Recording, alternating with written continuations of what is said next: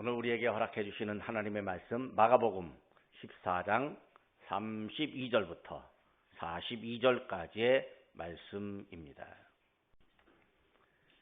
그들이 겟세마네라 하는 곳에 이르러 예수께서 제자들에게 이르시되 내가 기도할 동안에 너희는 여기 앉아 있으라 하시고 베드로와 야고보와 요한을 데리고 가실새 심히 놀라시며 슬퍼하사 말씀하시되 내 마음이 심히 고민하여 죽게 되었으니 너희는 여기 머물러 깨어 있으라 하시고 조금 나아가사 땅에 엎드려 될 수 있는 대로 이때가 자기에게서 지나가기를 구하여 이르시되 아빠 아버지여 아버지께는 모든 것이 가능하오니 이 잔을 내게서 옮기시옵소서.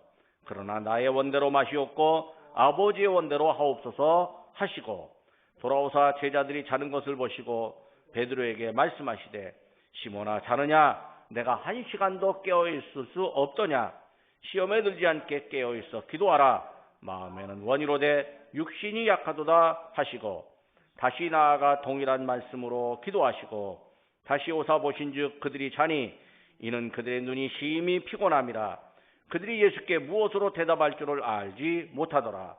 세 번째 오사 그들에게 이르시되 이제는 자고 쉬라 그만 되었다 때가 왔도다 보라 인자가 죄인의 손에 팔리느니라 일어나라 함께 가자 나를 파는 자가 가까이 왔느니라. 아멘.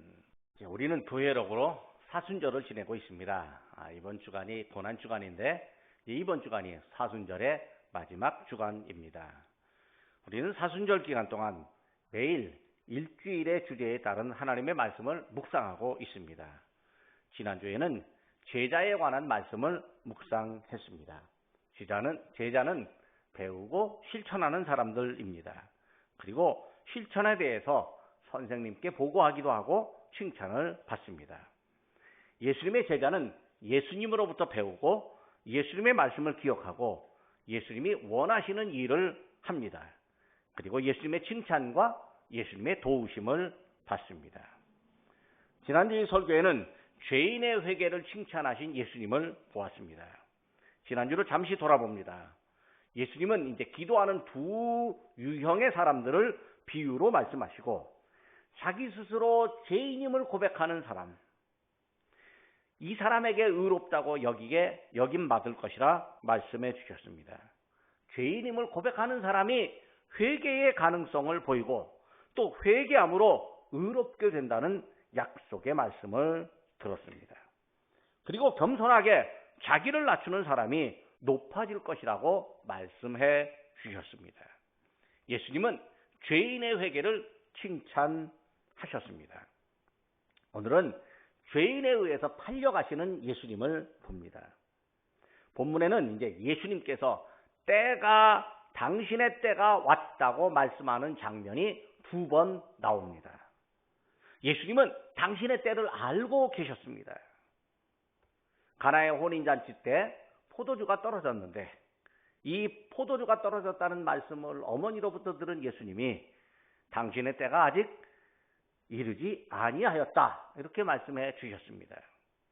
또 초막절에 사람들 앞에 나가서 말하고 자기를 드러내라고 하는 이 동생들의 요구에 예수님은 당신의 때가 아직 이르지 아니하였다라고 말씀해 주셨습니다.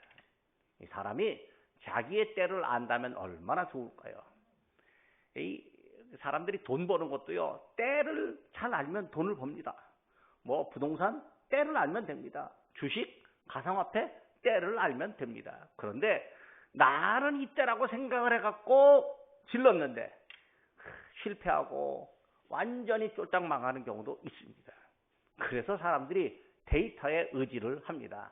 또 데이터에 의지해도 사람의 데이터는 안 되니까 인공지능 데이터에 의지해서 인공지능 데이터로 돈 많이 들여서 인공지능 데이터로 매매하는 사람들에게 개인이 당해낼 수가 없습니다. 그러니까 잘못 들어가면 그냥 빈털터리가 돼서 나올 수 있는 거죠. 그러니까 사람이 때를 잘 모르니까 나는 내 때를 잘 모른다 이렇게 여기고 살아야 때를 준비하는 그런 마음을 갖게 될 것입니다. 하지만 우리 예수님은요, 당신의 때를 정확히 알고 계셨습니다.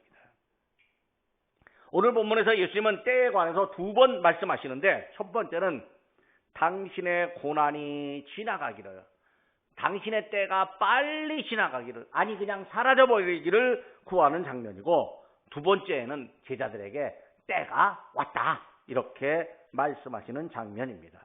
그런데 두 장면, 때라고 하는 것이 모두가 하나의 때를 말씀하는 겁니다. 두 번 말씀하는데 하나의 때, 즉 죄인들에게 팔려가실 때, 예수님께서 고난을 받으실 때를 가르치고 있습니다. 즉 예수님은 당신이 사람들 앞에 나설 때, 또 사람들로부터 숨어야 할 때, 당신의 사역에서 고난을 받고 사역을 완성해야 할 때를 모두 알고 계셨습니다. 예수님은 당신이 죄인들에 의해서 팔려나가시고 또 재판을 받으며 죽임을 당할 때를 이미 알고 계셨습니다. 예수님은 이런 때를 먼저 알고 계시기 때문에 기도하셨습니다. 기도하심으로써 때를 준비하고 있습니다. 사실 우리는 뭐 하기 전에 기도부터 합니다. 하나님, 제가 이런 일을 하려고 하는데 이 일 하면 되겠습니까? 안 되겠습니까? 라고 그렇게 생각을 합니다. 어떤 남성이 여성을 보고 너무 마음에 들어갖고 가서 고백을 합니다. 내가 기도했는데요, 하나님이 당신하고 결혼하라고 그렇게 응답해 주셨습니다 라고 기도하니까 여성은 제가 기도했는데 아무 응답도 안 오던데요, 뭐 그렇게 거절을 했다라고 합니다. 뭘 하기 전에 사실은 우리는 기도를 합니다. 그런데 내 생각이 있지만 하나님이 어떻게 생각하시는지, 또 내가 하려는 일이 있지만 이게 하나님이 원하시는 일인지, 또 이때가 하나님이 원하시는 때인지 그때를 알고 있는지, 또 그때를 먼저 묻습니다. 내 마음에 원하는 바가 있지만 하나님의 원하심을 먼저 알고 실천하려고 하기 때문에 기도합니다. 하나님이 원하심을 실천하려면요, 내게 힘든 점도 있고 어려운 점도 있습니다. 힘들고 어려움을 이길 힘을 달라고 하나님 앞에 기도합니다. 그러니까 우리 예수님은 하나님의 뜻과 바람을, 하나님의 목적을 우선으로 하는 기도의 모범을 보여주셨습니다. 예수님께서 기도하시려고 겟세마네 동산에 오르셨습니다. 제자들과 함께 기도할 수 있는데요, 예수님 혼자 해결해야 할 기도, 예수님이 혼자 해결해야 할 제목을 갖고 오르셨습니다. 제자들에게 여기 앉아있어라 말씀하시고 베드로, 야고보, 요한 세 사람을 데리고 다시 또 조금 더 높은 곳으로 가십니다. 한적한 곳으로 기도하러 올라가십니다.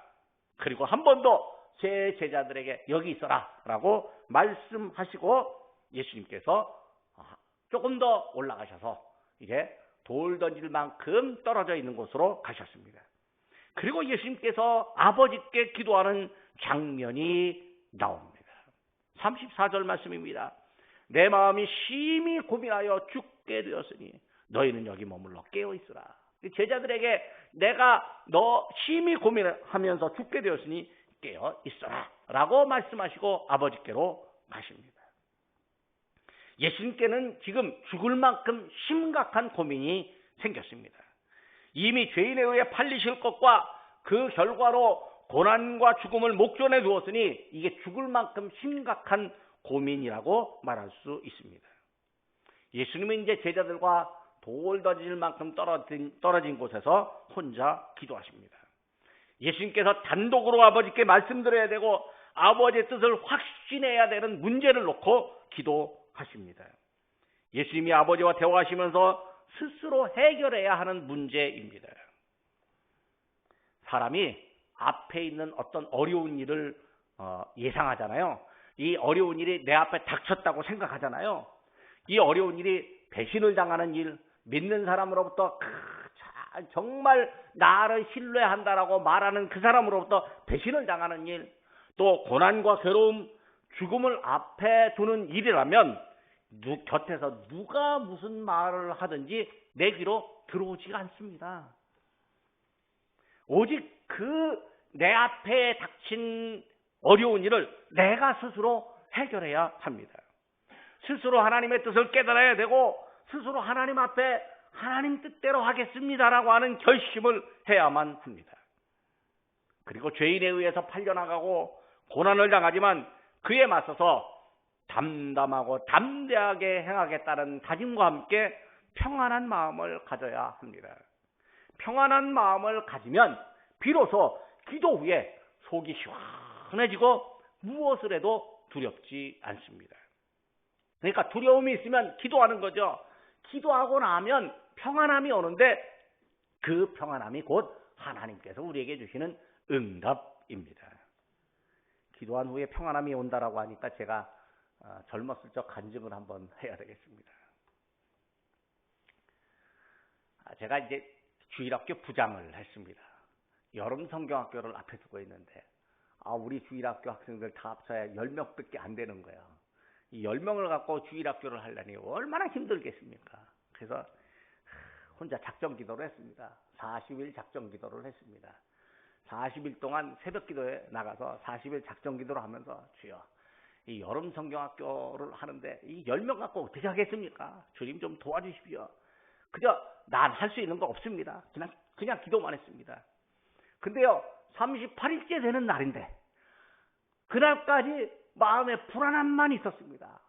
이 당최 불안함만 있고 뭐가 어떻게 될지 모르겠습니다. 물론 그 전에 나름 준비하고 또 교회 나오는 청년들 찾아가고 여름 성경학교 선생님 돼달라고 뭐 설득도 하기도 하고 그런데 38일 동안 아무런 일이 없는데 39일째 되는 날 갑자기 마음에 평안함이 찾아오는 거예요. 그 40일째 되는 날이 이제 성경학교를 시작하는 날입니다. 평안함이 찾아왔는데요. 글쎄 우리가 뭘 했는지 나도 잘 모르겠는데 그날 아이들이 구름대처럼 몰려 들어오는 거예요. 와, 그 동네 아이들이 다 오는 것 같아요. 그냥 구름대처럼 오는데요. 와글와글 바글바글 와글와글 바글바글. 여러분 우리 교회를 위해서도 아마 이 평안함이 올 때까지 기도해야 될 것 같습니다. 평안한 마음을 가지면요 비로소 기도 후에 속이 시원해지고 뭘 해도 두렵지 않습니다. 그러나 평안한 마음을 가질 때까지는요 괴로움이 이루 말할 수가 없습니다. 아무도 그 괴로움을 알지 못합니다. 예수님 역시 마찬가지였습니다. 예수님께서 제자들로부터 조금 떨어진 곳에서 혼자 기도하십니다. 아버지, 될 수 있는 대로 이 때가 지나가면 좋겠습니다. 아버지는 모든 걸 다 할 수 있지 않습니까? 그러니까 이 잔을 내게서 옮겨 주십시오. 하지만 내 원함대로 하지 마시고 아버지의 원함대로 해 주옵소서. 예수님은요 괴로움을 앞에 두고 이 괴로움을 회피하고 싶습니다. 또 이 괴로운 일을 만나지 않고 싶습니다. 도망가고 싶습니다. 그러나 아버지가 원하는 일이라면 회피하지 않겠다는 순종의 자세를 보여주십니다. 아버지가 원하는 일이라면 괴로운 일이라도 받아들이시겠다라고 합니다. 사실 누구나 괴로운 일을 당하고 싶지 않습니다. 아프고 싶지도 않고요. 병들고 싶지도 않습니다. 자녀들 말 잘 듣고 그 다음에 자녀들 성공했으면 좋겠습니다. 그렇지만 사회와 환경이 또 내 몸과 내 가족들이 꼭 내 뜻대로 되는 게 아닙니다. 내 뜻대로 돼야만 된다라고 빡빡 우기면 내가 괴롭습니다. 그걸 심리학자 로저스라는 사람이 뭐냐면 내 뜻대로 돼야 된다라고 막 우겨대면서 스스로 괴로워하는 사람을 뭐라고 말하냐면 병든 사람이라고 그렇게 말을 합니다. 그러니까 내 뜻대로 안 돼도 어쩔 수 없이 그렇게 생각하는 사람이 오히려 건강한 사람이라는 거죠. 우리가 원하지 않지만 병들 때도 있고요. 원하지 않는데 전쟁이나 지진이 나서 고통스러울 때도 있습니다. 내가 원하지 않아도 이런 일이 생기는데 자원하여서 어려운 일을 당하는 사람도 이 세상에는 있습니다. 누군가 억울한 일을 당하잖아요. 나서서 해결해 줍니다. 근데 나서서 해결하다가 내가 좀 힘든 일이 생기고 내가 피해를 보기도 합니다.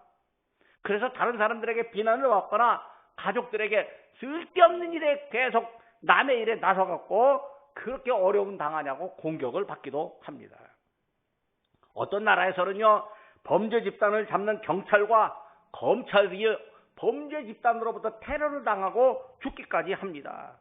이 정도 되면요 정의를 위해서 다른 사람들을 위해서 일하는 것 지금 해서 뭐하냐라고 하며 회피할 수도 있습니다. 우리 예수님 역시 마찬가지입니다. 인류의 죄를 용서하고 영혼을 구원하는 사명을 가진 예수님이지만요, 사람의 감정으로는요 고통을 피하고 싶습니다. 예수님은 단순히 몸의 고통을 당하는 정도로 그치지 않고 자존심의 상처를 입습니다. 온갖 모욕과 조롱을 당할 것입니다. 당신이 가르치던 제자가 여전히 죄인으로서 당신을 팔아넘길 것이고 또 앞으로 닥칠 고난이 뻔히 예상되고 있으니 피하고 싶은 마음, 이 마음이 사람의 마음입니다. 그러나 예수님은 피하고 싶은 마음만 비쳤을 뿐이지 피하지는 않으셨습니다. 마음으로 품을 수 있고 말로 하소연할 수 있지만 또 생각할 수도 있지만 그것은 괴로움의 표현으로만 끝나는 것입니다. 실제로는 하나님의 뜻에 순종해야 하는 거죠. 또 괴로움을 표현할 때도 내게 괴로움이 있지만 하나님의 뜻이라면 괴로움도 받아들이겠다라고 하는 순종의 표현이 함께 들어가야 됩니다. 사람이 화가 나면 뭔 말을 못 하겠습니까? 화가 나면 온갖 말을 다 합니다. 아이, 끝났어, 그만해. 나 이제 교회도 안 가. 이렇게 말하는 사람도 있습니다. 근데 그것이 괴로움의 표현이라도 어디까지 해야 되냐면 내가 괴롭습니다. 내 괴로움에 의해서 내가 힘들지만 그래도 아버지의 뜻이라면 나 순종하겠습니다. 이렇게 마음 다짐하고 기도해야 하는 거죠. 예수님처럼 이런 마음의 상태, 앞으로 될 일을 알면서도 기도하는 일이 사람으로서 가능할까요? 쉽지 않습니다.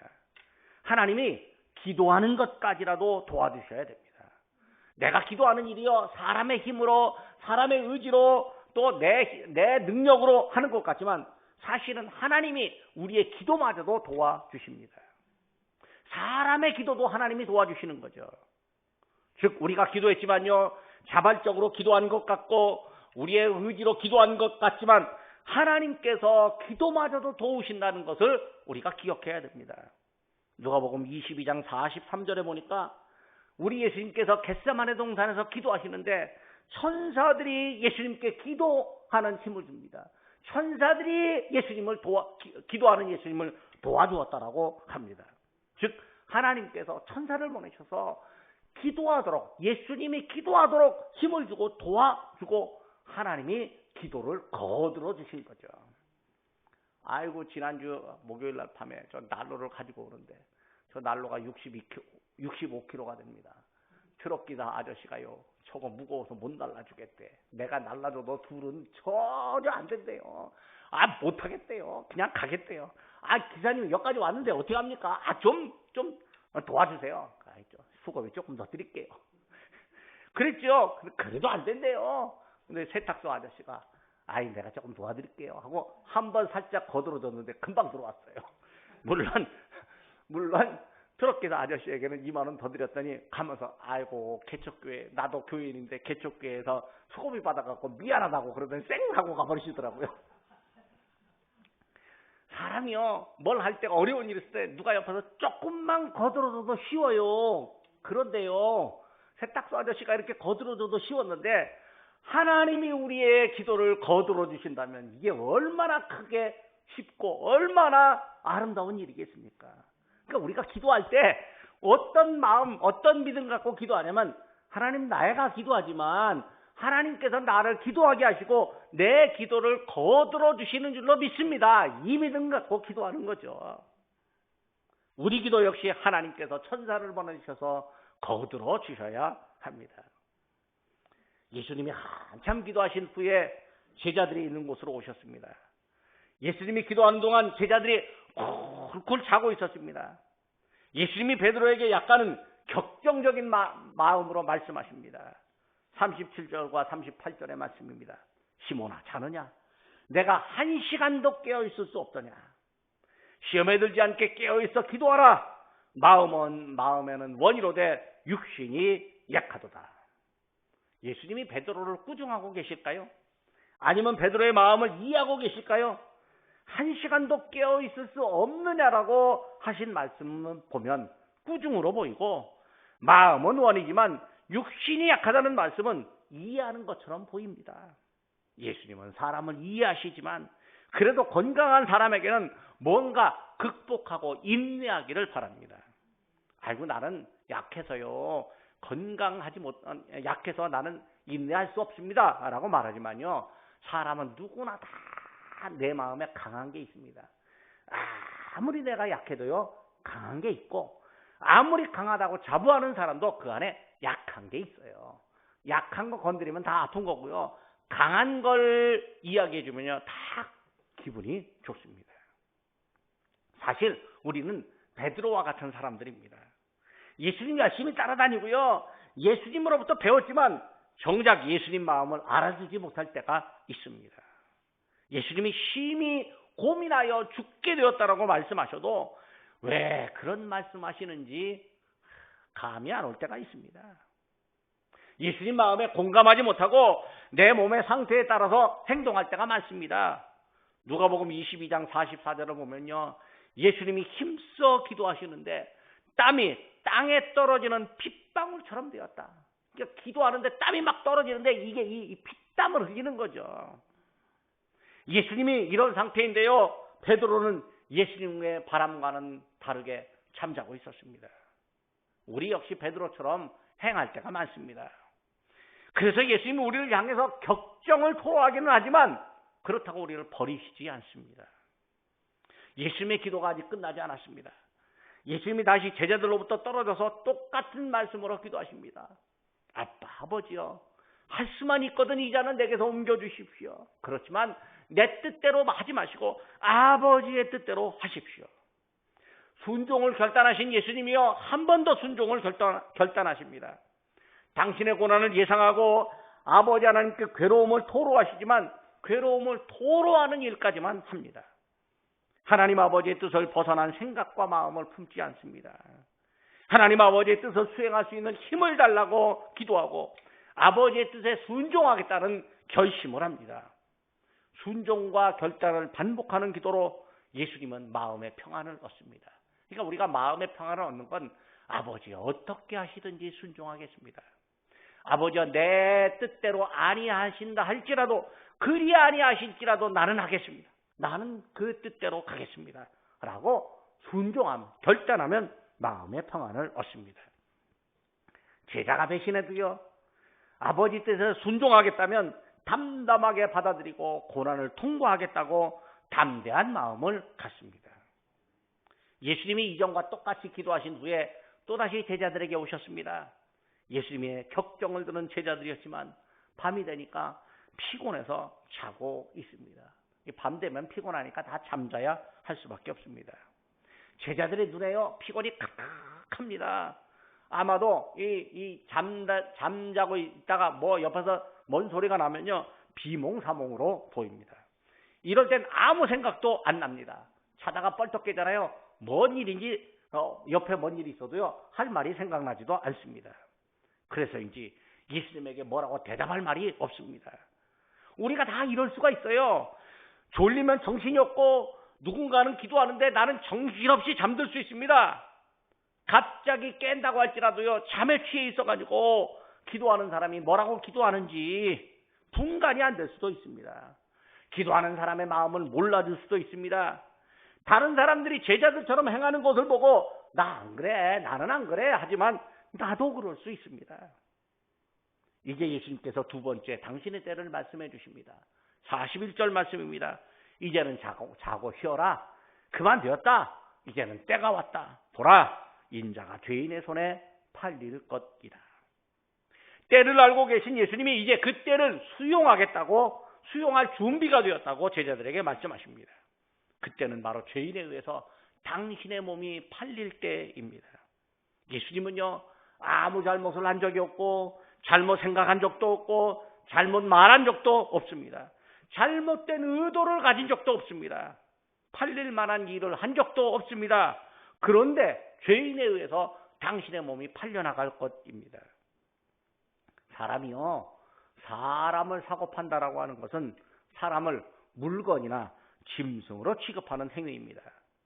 과거의 서양 역사에서요 유럽 사람들이 아프리카를 습격했습니다. 그래서 아프리카의 젊은 사람들, 건장한 사람들을 붙잡아다가 신대륙의 노예로 판 적도 있었습니다. 우리나라에도요, 근대화 이전에는 노예 매매가 있었습니다. 지금도요, 인신매매범들이 간간히 보도되기도 합니다. 러시아 전쟁 때는요, 러시아 사람들이 우크라이나 아이들을 데리고 가버리고 말았습니다. 왜 이런 일들이 일어날까요? 사람의 욕망이 앞서고 자기 탐욕을 채우기 위해서는 다른 사람의 인격, 다른 사람의 행복, 다른 사람의 아픔과 슬픔에 대해서 무감각하고 짓밟기 때문입니다. 자기 탐욕을 채우는 것을 행복이라고 착각하고 자기 욕망을 채우는 능력이 뛰어나면 그걸 인격이라고 착각하는 경향이 있기 때문입니다. 사람들이 다 이렇습니다. 이런 죄인들 가운데 우리가 살고 있고 또 그 사람들의 말을 듣다 보면 우리도 그런 죄에 나도 모르게 휩쓸려 갈 수 있습니다. 예수님이 이어서 말씀하십니다.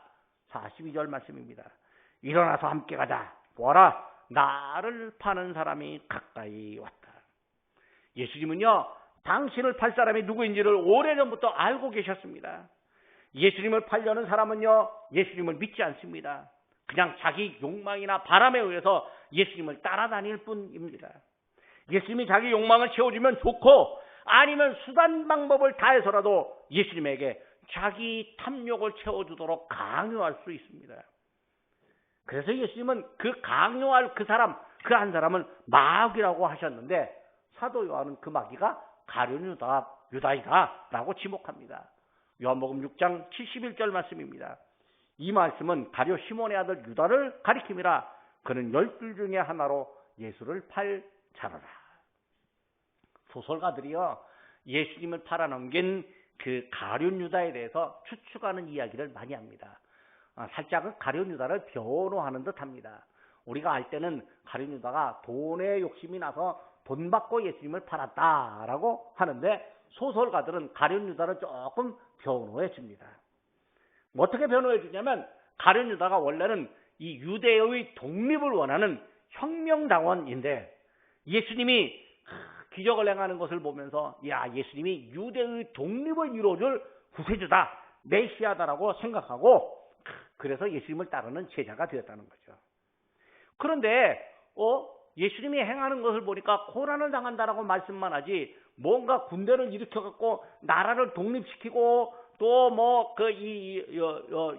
유대가 전 세계를 다스리는 나라로 만들려고 하는 생각을 예수님이 전혀 하고 있는 것 같지도 않습니다. 아니 나는 물리적인 혁명으로 이 나라를 세우고 싶은데 예수님은 물리적 혁명은 한 번도 말씀하시지 않고 오히려 고난, 어려움 이런 것만 말씀하시니까 내가 예수님 잘못 따르는 거 아니야? 이거 안 되겠어. 만약에 내가 예수님이 진짜로 고난을 당하면 그분이 전에 갖고 있는 능력을 다 나타내 갖고 고난 당하는 자에서 분연히 일어서 갖고 군대를 모으고 아마 이 나라를 독립시킬 수도 있을 거야.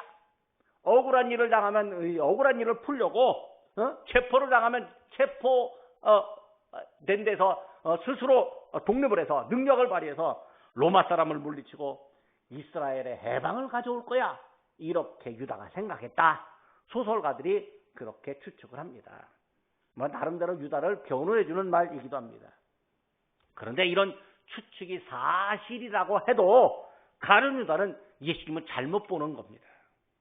예수님이 곁에 있다면 예수님의 의도와 목적을 알고 또 따라가야 됩니다. 예수님의 의도와 목적은 인류의 죄를 용서하는 것입니다. 모든 인류에게 하나님의 은혜와 자비로움이 드러나게 하는 일입니다. 그런데요, 이 가룟 유다는 자기의 욕심을 내려놓지 못합니다. 그러다 보니까 예수님이 뭔 말씀을 하시든지 그의 귀에 들리지 않습니다. 뭔 말씀을 하시더라도 내 욕구에 적합한지 아닌지 판단만 합니다. 배우려고 하는 자세가 아니라 판단하는 자세입니다. 이건 신앙이 아니라 신앙을 가장한 불신과 교만입니다. 겉으로는요, 믿음이 아주 좋은 것 같습니다. 그러나 내 욕심 채우지 못한다면 내 생각과 조금이라도 다르면 바로 돌아서고 배신하는 사람들도 있습니다. 죄인이라고 하면요, 겉으로 드러나면 법에 저촉되는 죄를 범한 사람을 죄인이라고 생각합니다. 하지만 예수님이 모실 때는요, 예수님을 따라다녀도 자기의 욕구에 의해서 예수님을 판단하고 자기 욕구를 채우기 위해서 예수님을 이용하려고 하는 것, 이게 바로 죄입니다. 예수님과 물리적으로는 가까이 있지만 생각은 예수님으로부터 멀리 떠나 있는 것, 곧 예수님을 믿지 않는 행위를 죄라고 말합니다. 가룟 유다가 이런 죄를 저질렀습니다. 예수님은 이런 가룟 유다를 향해서 마귀다, 이렇게 말씀해 주셨습니다. 예수님이 마귀 노릇을 하는 유다에 의해서 팔려갈 겁니다. 유다는 은 30냥을 받고 유대인들에게 예수님을 팔아 넘겼습니다. 예수님의 소재를 알려주고 또 체포대를 안내해갖고 예수님을 찾아왔습니다. 예수님이 죄인의 손에 의해서, 죄인에 의해서 팔렸습니다. 죄인을 사랑하신 예수님이신데 어떤 죄인은 예수님을 영접하고 회개하고 의인이 되었지만 어떤 죄인은 예수님을 팔아넘겼습니다. 우리는 어떤 유형의 죄인과 가까울까요? 우리도 내 욕망, 내 생각에 안 맞는다고 예수님을 함부로 판단한다면 아마도 가룟 유다와 비슷한 죄인이 되고 말 것입니다. 이제 말씀의 결론을 맺습니다. 예수님은 죄인에 의해서 팔려나갈 걸 다 알고 계셨습니다. 그럼에도 불구하고 고난의 길을 수용하셨습니다. 바로 당신을 팔아넘길 죄인에게 끝까지 회개할 기회를 주기 위함이었습니다.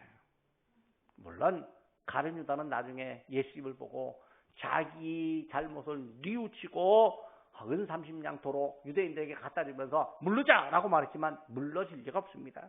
그래서 가룟 유다가 너무 괴로워서 자살을 하고 말았습니다. 하지만 그렇다고 해서 아무도 가룟 유다를 불쌍하게 여겨주지 않습니다. 예수님은요, 심한 고민의 기도 시간에서 자기 생각보다 아버지의 뜻을 먼저 생각했고 아버지의 목적대로 이루기를 다짐하셨습니다. 예수님은 당신이 죄인에 의해 팔릴 때를 알고 계셨습니다. 당신은 팔 사람이 누군지도 알고 계셨습니다. 그래도 예수님은 회피하지 않고 죄인이고 여전히 죄인으로서 살아갈 우리들을 위해서 아버지가 원하시는 대로 고난의 길을 가셨습니다. 그 고난의 길이 곧 오늘 죄를 회개하고 의인으로 살기 원하는 우리들을 용서하시기 위한 고난의 길을 우리 예수님이 가셨습니다. 기도하겠습니다.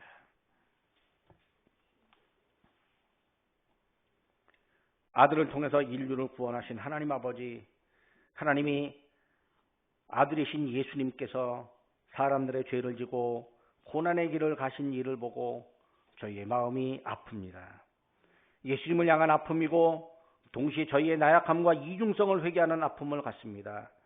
예수님께서 십자가의 순환을 당하신 고난 주간에 예수님의 마음을 저희가 담게 하여 주옵소서.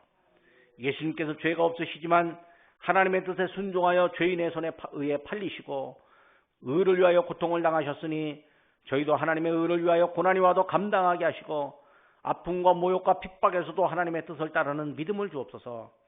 저희가 주님의 몸된 교회와 예수님의 복음을 위하여 어려움을 당할 때 오히려 기뻐하고 하나님께 감사하는 마음을 주시옵소서.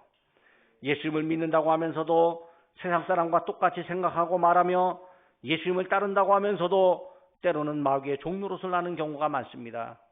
이로 인해 교회와 성도들이 세상으로부터 손가락질을 당할 수 있습니다. 세상 사람과 스스로를 속일 수는 있어도 하나님을 속일 수는 없으니 저희가 말씀에 비추어 잘못된 것을 깨닫고 돌이키게 하여 주옵소서. 죄인을 사랑하시고 저희를 위해 고난을 당하신 주님의 사랑을 가슴에 새기게 하여 주옵소서. 주님 앞에 저희를 밝히 보며 흠없고 깨끗한 영혼으로 살아가도록 저희를 보존하여 주옵소서. 예수님의 이름으로 기도드립니다. 아멘.